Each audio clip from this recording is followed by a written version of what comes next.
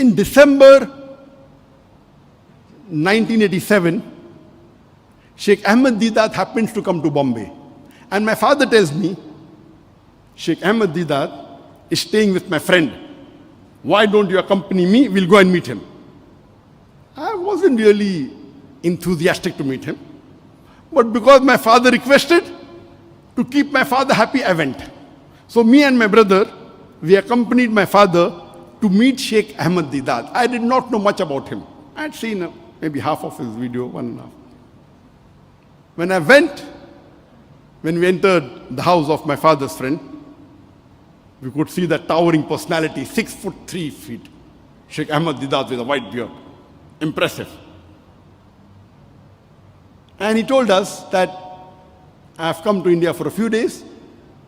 I had been to Tatkeshwar, Surat, the place where Sheikh Ahmed Deedat was born. And you may be knowing that at the age of 6, he went to South Africa, and that's another long story, we won't touch that. So he came to visit his hometown, the place of birth, for a few days, and he was returning back to South Africa. And he said tomorrow, we went to meet him in the late evening or early night. And he told me, tomorrow late night, I'm flying back to South Africa. So my father told him, why don't you give a lecture tomorrow? So Sheikh Deedat said, how can you arrange a lecture in less than 24 hours? We can start the lecture after Maghrib, and your flight is late in the night. He said, how can you arrange? My father said, inshallah, we'll do it. Imagine at that time in 1987, there was no social media. There was no mobile. If you had to do publicity, you had to give an ad in the newspaper. That was a few days before. Late in the night, you cannot give ads for tomorrow. But Sheikh Deedat, he agreed. He said, okay, I'm free, I don't mind, arrange a lecture. So my father, my brother, and myself, I was only 22 years old that time. And my father, because he was involved in many institutions, for him to get auditorium was very easy. He booked the Al-Malatifi Hall in Sabu Siddiq in Bombay, which had a capacity of 800 seats. But I was wondering, how could we fill 800 people overnight? And Alhamdulillah, next day, there were more than 1,000 people there. Not only more than 1,000 people, the creme de la creme of the Muslim community of Bombay were there. The rich businessmen were there, the philanthropists were there, the educationists were there, the film stars were there, only because of Allah, number one. Number two, the popularity of Deedat, and lastly, because of the contacts of my father. My father did hundreds of phone calls and convinced people to come to Sheikh Deedat's lecture. And in less than 24 hours, without any ad, maximum we could do in the morning, print some single color, and stuck it on the walls of the Muslim area. But the major people that came was the personal contact of my father, phoning each one. And I was shocked to see the creme de la creme of the Muslim community of Bombay in large numbers. The hall had a capacity of 800, I think there were more than 1,500 people. It was packed. And Sheikh Deedat told, I'm only concerned about the audio. The audio sound system should be good. And he was impressed.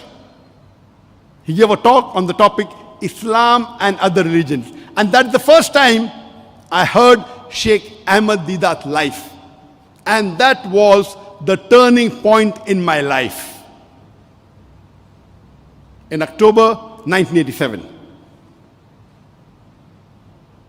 And he was impressed that who are these two young boys who could organize in less than 24 hours and get more than 1,000 people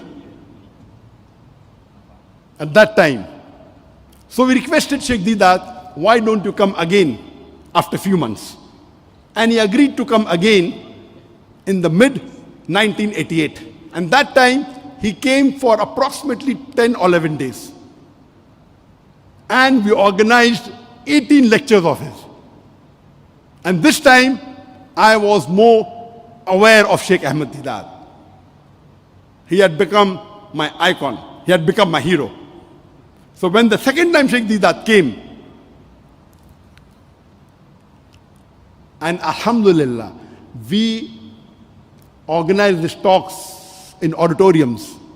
All of them were packed on different topics, 18 different topics. 2 days he went to Bangalore. And I was his chauffeur. I was his driver, everything. And we could find the humility of Sheikh Ahmed Deedat. He stayed in my house, in our house. He slept on the floor. And I told him, "Uncle, why are you so aggressive?" He told me, "Son, I'm not aggressive, I'm militant." He said, "I'm a Pathan. And there are only two ways you can fight the devil. One is with holy water, and the second is with fire. I chose the fire." He did not rebuke me. He told me, "My son, I'm not aggressive, I'm militant. I'm a mujahid. And you can fight the devil with holy water or fire. I chose the fire. If somebody can fight with holy water, he's most welcome. I'm finding success in the fire, so I'm doing it." And that was the turning point in my life. Only on Sheikh Ahmed Deedat I can speak for maybe 5 to 10 hours. Time will not permit us. Then when he went back, he invited me. I went to South Africa. I stayed at his home. Then he told me, "Why don't you attend the International Dawah Training Program to be held in the end of 1988? We have got thousands of applications." I think he had about 40 seats. But I was doing my medical college second year. I could not take a leave of 2 months. So I had to apologize. I came back to Bombay and my life changed. I started doing dawah. I almost memorized all the lectures of Sheikh Deedat, almost all. He had given me a set of more than 50 video cassettes. That time he had 50 sets. And I started my dawah in Bombay. And I realized that when I spoke with non-Muslims, I never stammered. Miracle. When I did dawah with the non-Muslim, with the Christian missionaries, with the Hindu pandits, I never stammered. The moment I come back and speak with any Muslim, same stammering. Ajib. I said, "What is this?" The moment I start with the non-Muslim, no stammering. I come back home, I speak to my sister, I start stammering. I speak to my friends, I start stammering. I said, "Alhamdulillah, at least while doing dawah, I don't stammer." And I started doing dawah, going to church, one-to-one dawah with priests, with pandits. And from 1988 to 91, Alhamdulillah, that became the major mission. So much so that